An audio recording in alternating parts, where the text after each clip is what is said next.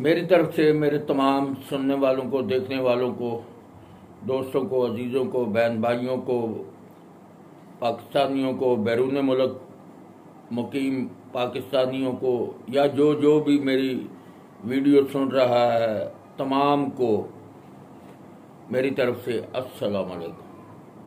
तो social media पर और बाहर भी मैंने देखा कुछ लोग जो है वो बहुत सा प्रोपेगेंडा भी कर रहे होंगे और बातें भी कर रहे हैं कि जी एक कानून पास किया गया है असेंबली में और उस कानून के तहत जो है वो हम जिन्स परस्ती का कानून है और ये अब नून लीग जो है ये मुल्क में बेहयाई जो है वो पैदा कर रही है। जबकि जब उस पर देखा गया उसको तो पता चला कि ये ट्रांसजेंडर एक्ट है और ये अभी नहीं बना, 2016 में 17 में ये तरमीम हुई और ये हम जिन्स परस्ती नहीं है। असल में ये है वो जो आप कहते हैं तीसरी मखलूक, ये उसका कानून है, यानी हिजड़ों का कानून है, ये उनके लिए बना हुआ है। वो मैं अभी आपको उसका सबूत भी दूंगा कि वो हिजड़ों के लिए शनाख्ती कार्ड बनवाना हो या जो भी है, ये उनके लिए कानून बना है कि वो खुद को, अगर लड़की है तो लड़की लिखवा ले, अगर वो दूसरे खाने, मर्दों वाले खाने में आना चाहता है तो उसमें आ जाए। क्योंकि हिजड़ों में भी दो कैटेगरियाँ हैं, एक मर्दाना है, मर्द हैं, और एक लड़की है।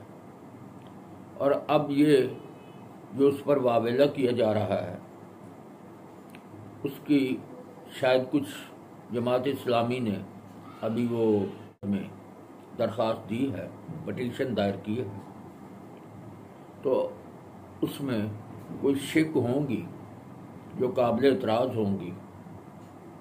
लेकिन ये तो क्लियर है कि वो हम जिन्स परस्ती नहीं है, वो पहले से नाफिजुल अमल है और वो हिजड़ों का कानून है, वो ट्रांसजेंडर एक्ट है। उसको अब प्रोपेगेंडा करके, वावेला करके सिर्फ कोशिश की जा रही है कि नून लीग के खाते में या ये जो हुकूमत अभी है इनके खाते में कुछ और कुछ डाल दिया जाए। अब इसकी वजाहत के लिए मैं आपको अभी वीडियो सुनाऊंगा, आपको पता चलेगा कि पीटीआई के रहनुमा ही डॉक्टर शीरी मज़ारी साहबा वो असेंबली के फोरम पर खड़ी होकर इस एक्ट के मुतल्लिक क्या कहती हैं, ये आपने सुनना है। उधर अब्यूज होगा, ये उधर पैसे चलेंगे, उधर विक्टिमाइजेशन होगी। हमारा कानून ये पिछली हुकूमत का था, वो दुनिया में सबसे ज्यादा अप्रिशिएट किया गया क्योंकि हम ट्रांसजेंडर्स को राइट ऑफ सेल्फ डिटर्मिनेशन देते हैं कि वो अपनी आइडेंटिटी खुद चूज करें। इनके अमेंडमेंट में पहली बात ये कर रहे हैं कि यूनिक्स और ख्वाजा सरार को आइडेंटिटी चेंज करने नहीं देंगे जब तक मेडिकल बोर्ड नहीं बैठेगा। ये अब्यूज होगा system and this therefore we can not have स्टेमन साहब। तो इस वास्ते ये मेडिकल बोर्ड की प्रोविजन जो है वो सरासर गलत है, ये अब्यूज की तरफ जा रहा है, ये विक्टिमाइजेशन ऑफ ट्रांसजेंडर्स है। बड़ी मुश्किल से ये कानून पास हुआ और ऑपरेशनलाइज हो गया और आज तक हमें एक कंप्लेंट नहीं आई उसकी अब्यूज की, बल्कि इस कानून की वजह से प्रोटेक्शन मिली है ट्रांसजेंडर्स को और उनकी मेन स्ट्रीमिंग हुई है। और अगर पाकिस्तान हक देता है अपने शहरी को कि वो अपनी तीसरी आइडेंटिटी चूज करें तो ये उनका हक है। और हमारे पासपोर्ट में और आईडी कार्ड में ये है थर्ड चॉइस आइडेंटिटी की, वो क्यों खत्म करना चाह रहे हैं? ये बिल्कुल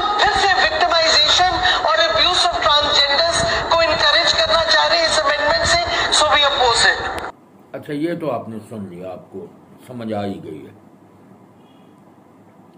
अब इसके अलावा यह है कि शाह महमूद कुरैशी साहब को रास्ते में रोका गया इस्लामाबाद के फोरम पर, तो उन्होंने भी कुछ मीडिया से टॉक की उस वक्त। तो आइए सुनते हैं कि शाह महमूद कुरैशी साहब क्या फरमाते हैं। आजाद हो गया और शहबाज शरीफ ओपन एंड शट केस में, टीटी के केस में आजाद फिर रहा है, आज मुल्क की नुमाइंदगी कर रहा है, जिन्होंने मुल्क को लूटा है। ये कैफियत है। डीआईजी साहब किधर है? डीसी साहब किधर है? बुलाइए ना, बताइए ना क्यों रोक रहे हैं और किस कानून के तहत रोक रहे हैं, मुझे बताइए। आप पुलिस जो है, मैं आप तो छोटे सिपाही हैं, आपसे मेरा झगड़ा नहीं है। आपके सीनियर्स किधर हैं? बुलाइए, डीआईजी सोहेल को बुलाएं। कहाँ है सोहेल साहब? मुझे बताएं ना, किस कानून, क्या गैर कानूनी हरकत मैंने की है? मैं निहत्ता हूँ, मैं दफ़ा 144 के निफाज की खिलाफ वर्जी नहीं कर रहा, मैं यकजहती के लिए वहाँ जा रहा हूँ। इसके अलावा इमरान खान साहब अपनी हर तकरीर और हर जलसे में आज़ादी के लिए तकरीर करते हैं कि हमने आज़ादी लेनी है। अब पता नहीं वो कौन सी आज़ादी है जो इमरान खान साहब ने लेनी है। हमें तो पाकिस्तान को आज़ादी सन 1947 को मिल गई थी और उसका भी बरमला इजहार इमरान खान साहब भी करते हैं कि हम आज़ादी से पहले हिंदुस्तान में रहते थे और आज़ादी के बाद पाकिस्तान में आए हैं। अब ये नहीं पता कि अब आज़ादी के लिए वो कहाँ जाना चाहते हैं या वो किस तरह की आज़ादी लेना चाहते हैं। तो ये सुनिए कि इमरान खान साहब कह रहे हैं कि आज़ादी से पहले हम इंडिया में रहते थे, तो इसका मतलब है आज़ादी मिली है तो पाकिस्तान आए हैं। जी ये सुनते। दुनिया की तारीख में कभी कोई प्लेट में रख के नहीं देता।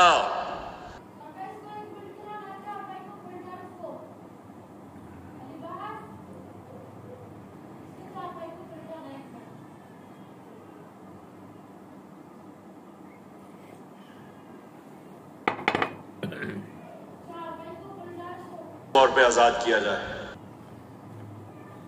अब आ जाए कि अताउल्लाह तारड़ साहब मुस्लिम लीग नून के रहनुमा हैं, उन्हें भी मीडिया ने घेरा हुआ है कि उन्होंने किसी टिकटॉकर के साथ वीडियो बनवाई है, तो उन पर इल्ज़ाम लगा पैसों का कि आपने को पैसे दिए हैं।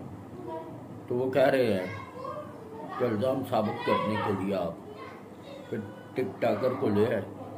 और इसके अलावा भी कुछ सवालों का जवाब उन्होंने दिए, तो वो भी आइए आपको सुनाते हैं। टिकटॉकर जो कह दें कि मुझे पैसे, जो अपने मुंह से कह दें कि मुझे पैसे दिए थे ये बयान देने के लिए, तो ठीक है, मैं आपकी बात मान जाता हूं। मगर देखें, अगर टिकटॉकर हमारे हक में बयान दे रहे हैं, पहले हमारे पे तनकीद होती है कि हमारा सोशल मीडिया कमजोर है।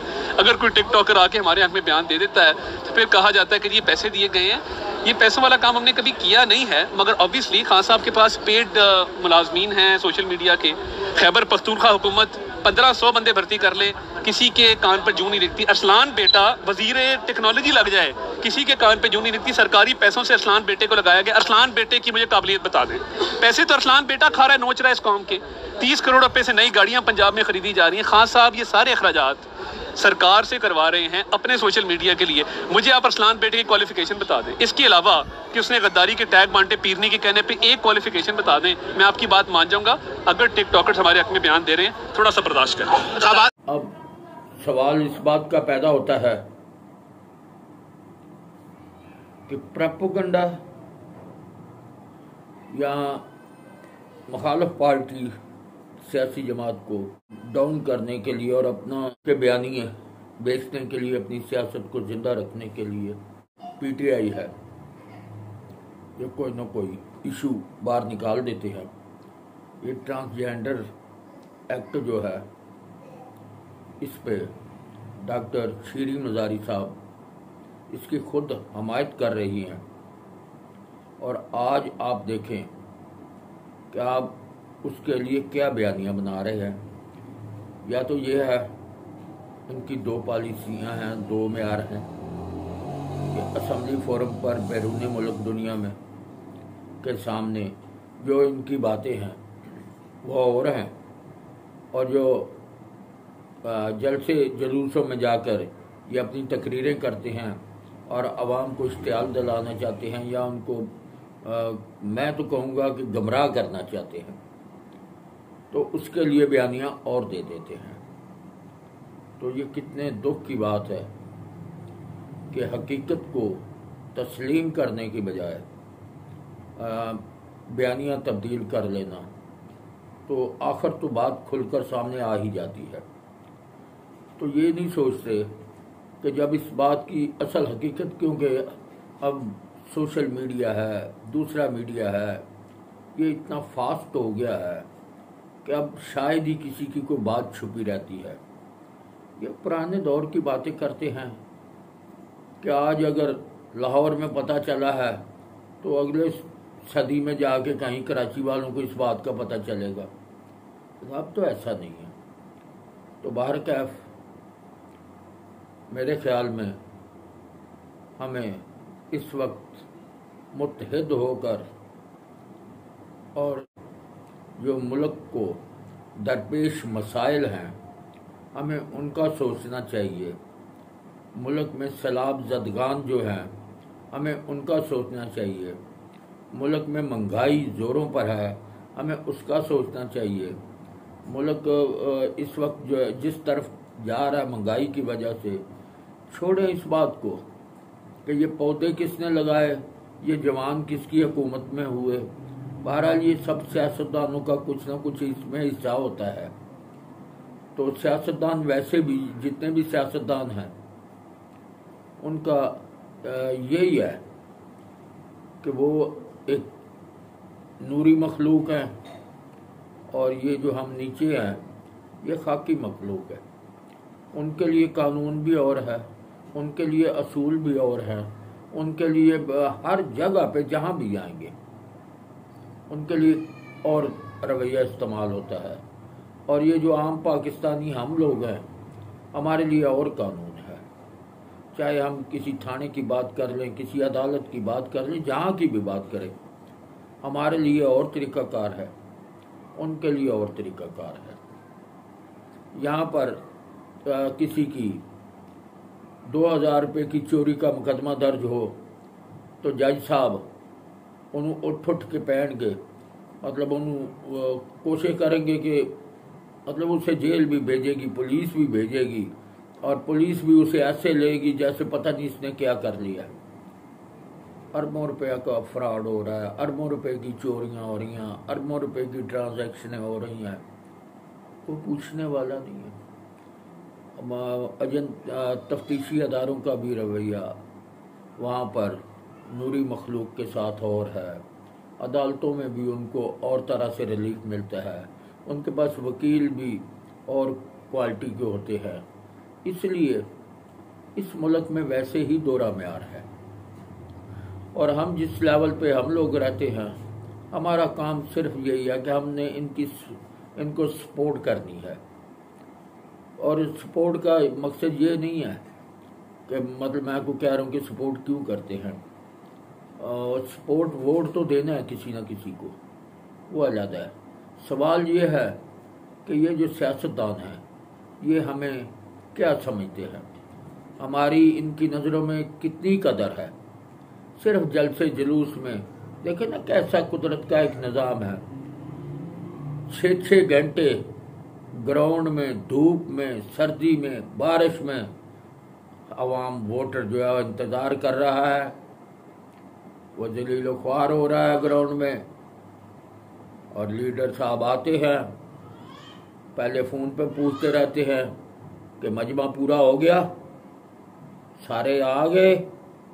उसके बाद शाहाना अंदाज में वो तशरीफ़ लाते हैं, स्टेज पे जाके आधा पौना घंटा या घंटा जो भी उन्होंने बैठना तकरीर करते हैं। उसके बाद वो चलते बने और ये जो आवाम है, ये जो कीड़े मकोड़े हैं, जलसे जुलूसों में हम जाते हैं, ये जो उसके बाद सारी रात वो घर जाने के लिए जलील होते हैं। ट्रांसपोर्ट मिलती नहीं, गरीब आदमी के पास गाड़ियाँ कहाँ से होती हैं।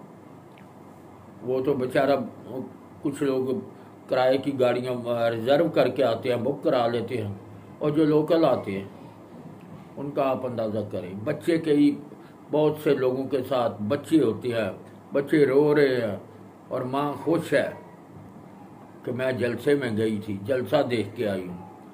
अरे खुदा के बंदो, ये टीवी स्क्रीन पे सारा जलसा आ जाता है। आखिर कोई तो वजह है, आप भी वहाँ जाके तो ख्वार होने का सोचते हैं। कौन सा वहाँ पे इनाम मिल रहा है। तो लीडर जो है वो ऐसे जलसे में ध्यान मारता है जैसे वो दम करने वाले मारते हैं। तो हर जो कारकुन या जो वोटर नीचे बैठा है उसको पता होता है ये मेरी तरफ ही देखे मुझे मुखातब कर रहा है। अल्लाह का बंदा, हजारों की तादाद में आवाम बैठ गया, किसकी तरफ वो करेगा।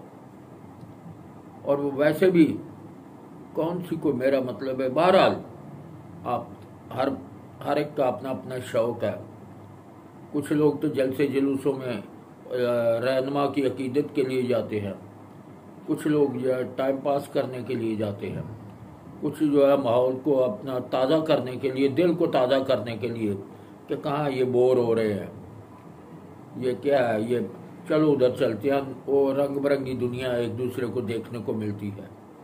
हालांकि अगर बातें सुननी है तो घर में बैठ कर अब तो मोबाइल की स्क्रीन पर, यूट्यूब पर, फेसबुक पर सारा कुछ आ जाता है। लेकिन उसके बावजूद भी हम जो है अपनी बच्चियों को, औरतों को, बहरहाल देखें, हर बंदा आज़ाद है, हर बंदा समझदार है, वो क्या करता है क्या नहीं करता, और उसके जो असरात होंगे वो भी वही भुगतेगा।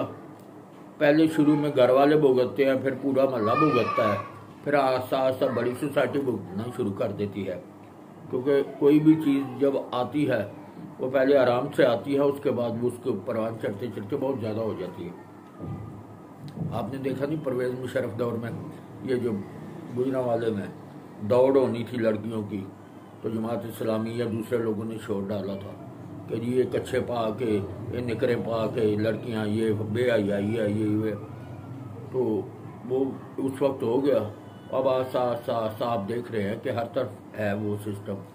यही मकसद होता है जो उनका, जो ये तहरीक चला, ये मिशन दे रहे होते हैं, वो आस्ता आस्ता। तो बहरहाल काफ़ी टाइम हो गया है।